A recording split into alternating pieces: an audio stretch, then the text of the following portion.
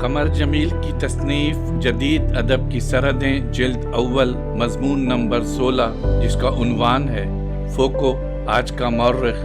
فوکو کا یہ قول بہت مشہور ہے کہ انسان کی موت واقع ہو چکی ہے۔ اپنی کتاب پاگل پن اور تہذیب میں فوکو نے اس بات کا جائزہ لیا ہے کہ پاگل پن کے سلسلے میں یورپ میں تصورات کس طرح بدلتے رہے ہیں۔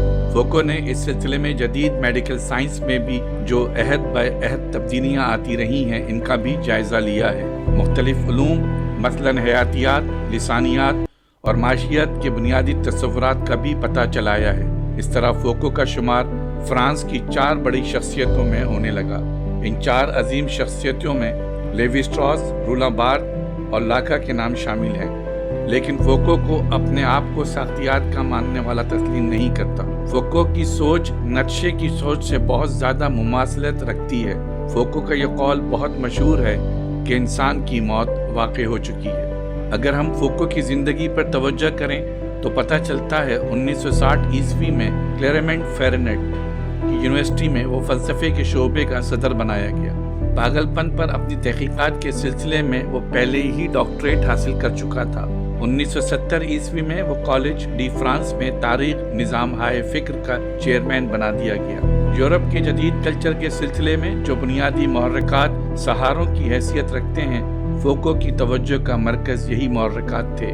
فوکو ان محرکات کو تاریخ کے تناظر میں دیکھنا چاہتا تھا۔ اس کی تحقیقات اپنی سب سے مشہور کتاب پاگل پن اور تہذیب لکھنے کے بعد بھی جاری رہیں۔ اس کی ساری کتابوں میں دی آرڈر آف تھنگس کو سب سے زیادہ اہمیت حاصل ہوئی ہے اور اس کی تصنیف و تالیف کا یہ سلسلہ موت تک جاری رہا۔ اس کی کتاب جنسیت کی تاریخ اس کے موت کے بعد شائع ہوئی۔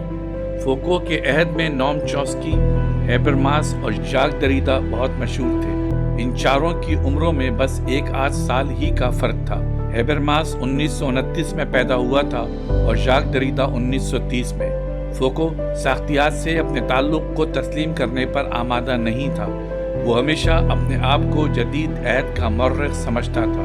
فوکو نے اپنے زمانے کے پاگل خانوں اور قید خانوں کے بارے میں اپنی کتابوں میں بہت اہم معلومات فراہم کی ہیں۔ قبل تاریخ کے سلسلے میں بھی اسے چند اہم ماہرین میں شمار کیا جاتا ہے۔ اس نے جدید عہد کا تجزیہ اس قدر علمی انہماک اور خوبصورتی سے کیا کہ اسے جدید تہذیب کا ایک حیرت ناک نقاد سمجھا جاتا ہے۔ جدید تہذیب کی خیرہ کر دینے والی تنقید اسی کی وجہ سے ظہور میں آئی۔ وہ 2 اہم باتیں جاننا چاہتا تھا، ایک یہ کہ یورپ کے معاشرے میں تاریخی طور پر عقل کا نشو و نما کس طرح ہوا، جدید کلچر کی بنیاد تعقل ریشنالٹی پر کس طرح قائم ہوئی، اور یہ کہ جدید کلچر میں ریشنالٹی کی تاریخ کی بنیاد کیا ہے۔ یورپ کے معاشرے میں بالغ اور آزاد عقل کا ظہور سائنس، ٹیکنالوجی اور سیاسی اداروں کی شکل میں کس طرح ہوا۔ ایمانوئل کانٹ کا یہ سوال اپنی جگہ بہت اہم ہے کہ روشن خیالی کا مطلب کیا ہے۔ اس سوال کا ذکر فوکو نے کئی جگہ کیا ہے۔ کانٹ کے سوال کا مطلب یہ تھا کہ سائنس کی تاریخ کیا ہے۔ جرمنی میں یہی سوال میکس ویبر نے اور میکس مارکس ہرمیس نے اٹھایا تھا۔ سوال یہ ہے کہ سماجی عقل یا ریشنالٹی سے کیا مراد ہے۔ سماجی عقل کا ظہور ایک تو سائنس کی تاریخ کی صورت میں ہوتا ہے، دوسرے سماجی عقل کا ظہور معاشرتی اداروں کی صورت میں ہو سکتا ہے۔ مشیل فوکو یہ سمجھتا تھا کہ عقل ہی علم کا ماخذ ہے۔ فوکو نے جس زمانے میں اپنی کتاب پاگل پن اور تہذیب لکھی تھی، اس زمانے میں یورپ میں پرائیویٹ پاگل خانے اور پاگلوں کی سرکاری پناہ گاہیں مینٹل ایزائلم بہت خراب حالت میں تھیں، لیکن پینیل اور ٹیوب کی کوششوں سے یہ پاگل خانے جدید ذہنی اسپتالوں کی صورت میں بدل گئے۔ فوکو کے کام کا آغاز پاگل پن اور تہذیب کے مسائل سے ہوا، اس کا اختتام جنسیات کی تاریخ پر۔ فوکو کی تحقیقات کا سب سے بڑا فائدہ یہ ہوا کہ تجزیاتی تحلیل پر نئے سرے سے غور و فکر کے رجحان کو تقویت ملی۔ اس میں کوئی شبہ نہیں کہ عمرانیات پر فوکو کا اتنا اثر آج نہیں ہے جتنا اثر مارکس، فرائڈ اور مارکیوس کا ہے، لیکن اس میں کوئی شبہ نہیں ہے کہ فوکو کے موضوعات اور اس کا طریقہ فکر عمرانیات کے لیے بنیادی اہمیت کا حامل ہے۔ فوکو کا انتقال 1984 میں 58 برس کی عمر میں ہوا۔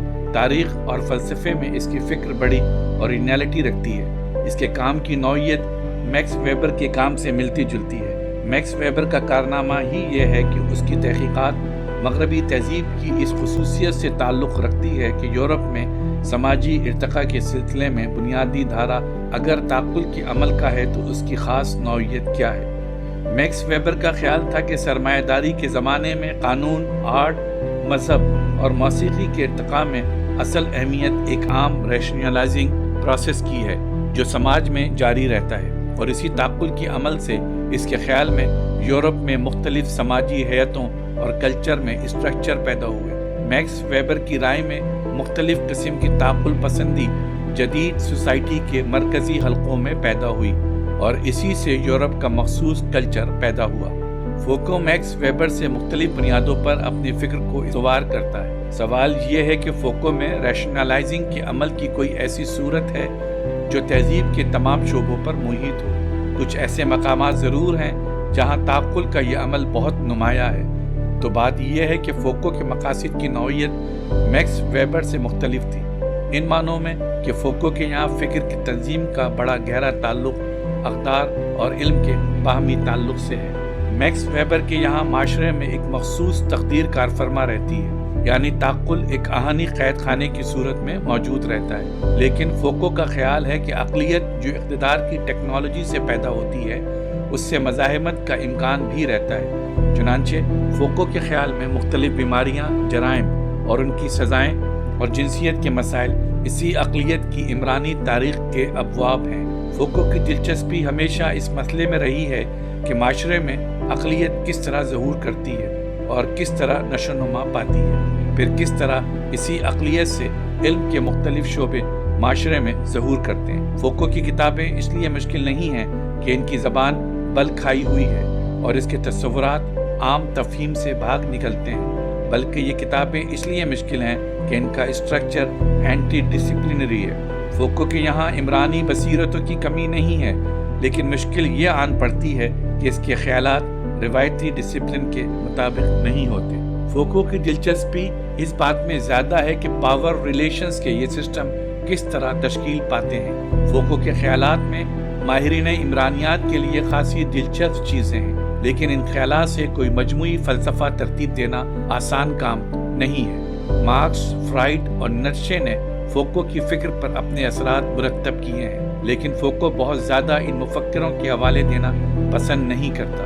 عجیب بات یہ ہے کہ ان تینوں مفکروں کے یہاں علم اور اقتدار کا باہمی تعلق بہت نمایاں ہے۔ مارکس کے یہاں خیال کی قوت معاشی حوالوں کے ذریعے نظر آتی ہے، فرائڈ کے یہاں خواہش اور علم کے درمیان یہ تعلق نظر آتا ہے، اور نیٹشے معاشرے کی مختلف حیتوں میں اقتدار کی خواہش کو جلوہ گر دیکھتا ہے۔ ان میں سے ہر تعلق دراصل زندگی کی ایک تعبیر ہے، اور ہر تعبیر مظہر کی تہ میں اقتدار اور مفادات کی جنگ کو چھپائے رکھتی ہے۔ یہ جنگ عام انسانوں کی نفسیات سے لے کر انفرادی نفسیات تک ہر جگہ کشمکش کی صورت میں جاری رہتی ہے۔ فوکو کے مطابق ان تینوں مفکروں کے یہاں زندگی کی یہ تعبیریں مختلف انداز میں ملتی ہیں۔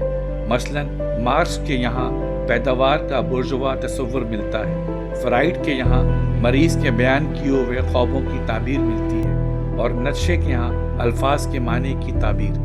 ہرچند کہ فوکو یہ کہتا ہے کہ آج کی تاریخ ان تصورات کے بغیر نہیں لکھی جا سکتی، جن کا تعلق براہ راست یا بالواسطہ طور پر مارکس کے خیالات سے ہے۔ اس کے باوجود فوکو کے خیالات کے ارتقاء میں نیٹشے کے بہت گہرے اثرات ہیں۔ اس کا مطلب یہ ہے کہ فوکو کے نظریات کو اس کے عہد کے تصورات کے پس منظر میں دیکھنا چاہیے، یعنی فوکو سے واقف ہونے کے لیے جہاں اشتراکیات اور ساختیات سے واقف ہونا ضروری ہے، وہیں مظہریات اور تشریحات سے واقف ہونا بھی ضروری ہے۔ ساختیات کی آمد سے مظہریات رخصت ہو گئی اور فکر میں کچھ ایسی تبدیلی آئی کہ التھیو کی اہمیت بڑھ گئی، اور مارکسزم کی دوبارہ تشکیل اس طرح کی جانے لگی کہ اسٹالینزم اور دہشت گردی سے نجات مل جائے۔ فوکو کا کام مظہریات سے ہے، اس طرح مختلف ہے کہ مظہریات کے مطابق خود مختار داخلیت کو معنی کی تخلیق کا ذمہ دار نہیں ٹھہرایا جا سکتا، یعنی فوکو معنی کی تخلیق کا ذمہ دار داخلیت کو نہیں سمجھتا، جیسا کہ مظہریات کے ماننے والوں کا خیال ہے۔ فوکو کے کام کو ہائیڈگر کی فکر سے بھی الگ سمجھا جاتا ہے، چونکہ فوکو کے یہاں کوئی آخری سچائی ایسی نہیں ہے جو دریافت کرنے والے کے انتظار میں ہو۔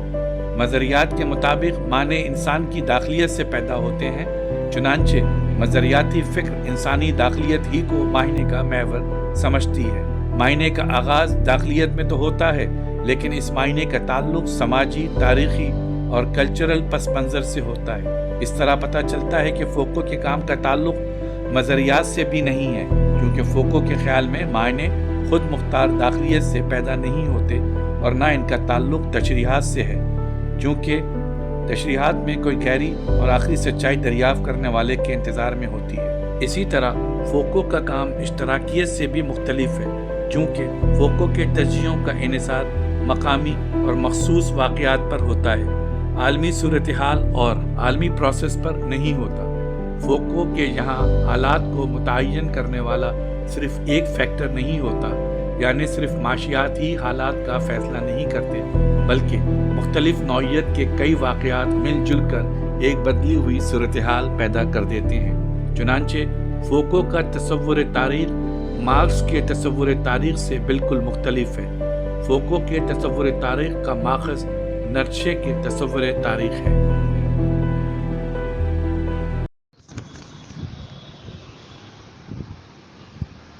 ہمارے چینل کو سبسکرائب نہیں کیا تو سبسکرائب کریں اور بیل آئیکن کو لازمی دبائیں تاکہ ہماری نئی ویڈیو آپ تک پہنچ سکے۔